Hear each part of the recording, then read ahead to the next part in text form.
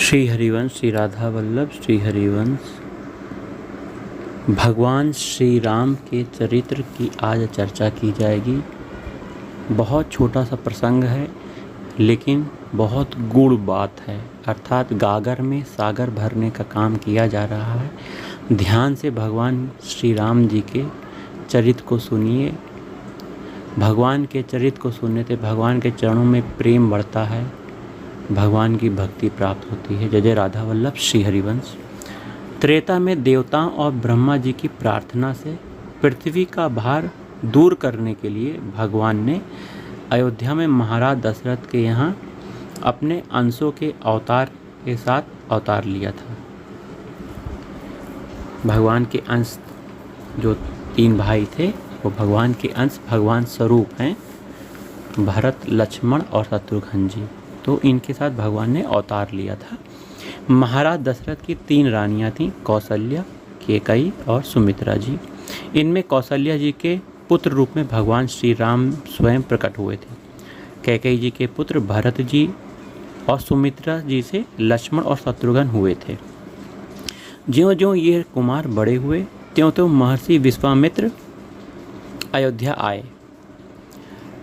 मारीच और सुबाहु राक्षस गंदी वस्तुओं की वर्षा करके उनके यज्ञ को बार बार भ्रष्ट कर देता था। ऋषि के आग्रह पर महाराज दशरथ ने राम और लक्ष्मण को उनके साथ कर दिया। मार्ग में ताड़का नामक राक्षसी ने उन पर आक्रमण किया। उसे श्री राम जी ने एक ही बाण से मारकर मुक्त कर दिया।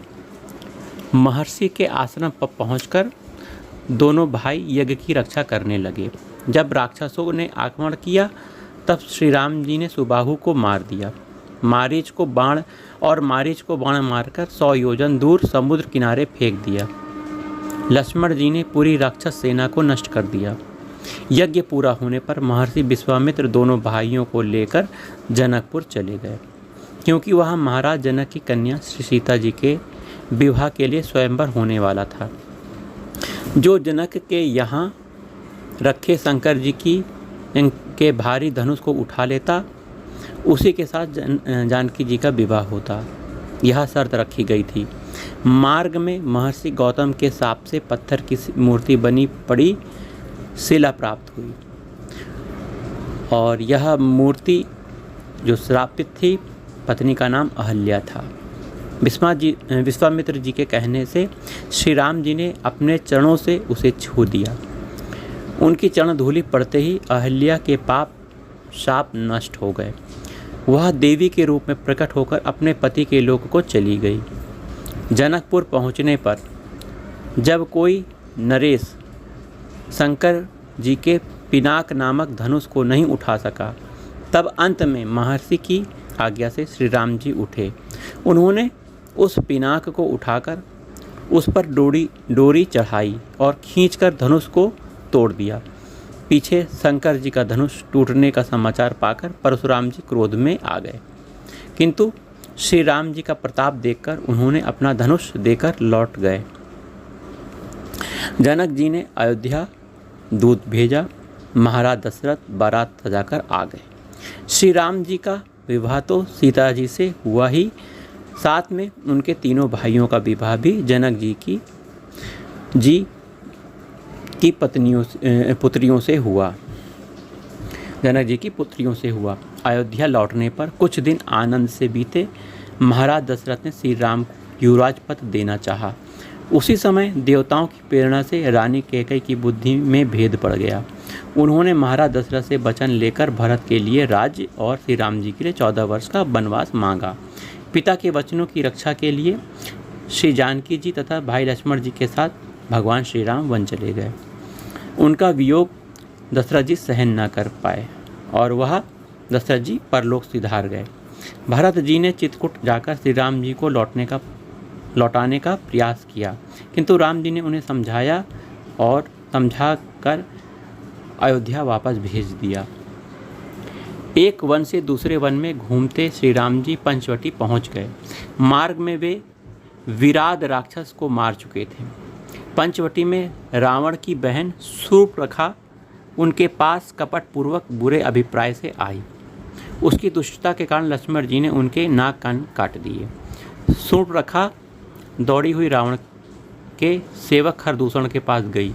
खरदूषण, त्रिशिरा ये तीनों भाई 14,000 राक्षसी सेना लेकर युद्ध करने आ गए, किंतु श्री राम जी ने अकेले ही थोड़ी सी देर में सबको यमलोक भेज दिया।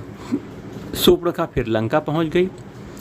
उसकी सब बातें सुनकर रावण मारीच को साथ लेकर पंचवटी आ गया।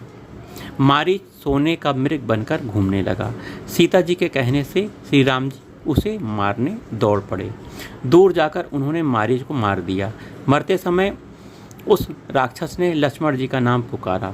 लक्ष्मण जी भी श्री जानकी जी के कहने से श्री राम जी के पास गए। उसी समय रावण ने सीता जी को हरण कर लिया। वह जब श्री जानकी जी को ले जा रहा था, मार्ग में गीधराज जटायु ने उन्हें रोका था, किंतु रावण ने तलवार से जटायु के पंख को काट दिया। सीता जी को लंका ले जाकर उन्हें अशोक वाटिका में रख दिया। मारीच को मारकर श्री राम जी लौटे। आश्रम में सीता को न देख वे वियोग में व्याकुल होकर लक्ष्मण के साथ उन्हें ढूंढते आगे चले। मार्ग में घायल जटायु मिला। श्री राम जी को रावण द्वारा जानकी जी के हर जाने की समाचार देकर जटायु ने शरीर को छोड़ दिया। भक्त वत्सल राम जी बड़े सम्मान से जटायु का अंतिम संस्कार किया। वहाँ से चलते हुए राम जी सबरी जी के आश्रम भी पहुँचे। सबरी जी ने उनका सत्कार किया। प्रभु ने उसे भक्ति का उपदेश दिया। फिर ऋषमुख पर्वत के पास पहुँचने पर हनुमान जी मिले। उन्होंने सुग्रीव से परिचय और मित्रता कराई। वनराज बाली ने अपने छोटे भाई सुग्रीव को मारकर निकाल दिया था। रघुनाथ जी ने एक ही बाण से 7 ताल के वृक्षों को विद्ध करके सुग्रीव को विश्वास दिलाया कि वे बाली को मार देंगे। फिर बाली को मारकर उन्होंने सुग्रीव को किष्किंधा का राज भी दिलवा दिया। सुग्रीव ने सीता जी का समाचार लेने चारों ओर वानर भेजे। उनमें से हनुमान जी समुद्र कूटकर लंका चले गए। वे सीता जी के मिलने के बाद लंका में आग लगाकर उसे जलाकर लौट आए। समाचार पाकर श्री राम जी ने वानरी सेना के साथ प्रस्थान किया। रावण का भाई विभीषण श्री राम जी की शरण में आ गया। समुद्र पर पुल बनाकर रघुनाथ जी कपिदल के साथ लंका पहुंच गए। युद्ध में श्री राम जी के हाथों रावण के भाई कुंभकर्ण एवं स्वयं रावण भी मारा गया। विभीषण को लंका का राज्य देकर श्री राम जी सीता, लक्ष्मण, वानरों सहित पुष्पक विमान से बैठकर अयोध्या लौट आए। जय जय राधा वल्लभ, श्री हरिवंश, श्री वृंदावन, श्री वंचन। जय जय श्री राधा, जय जय श्री राधा।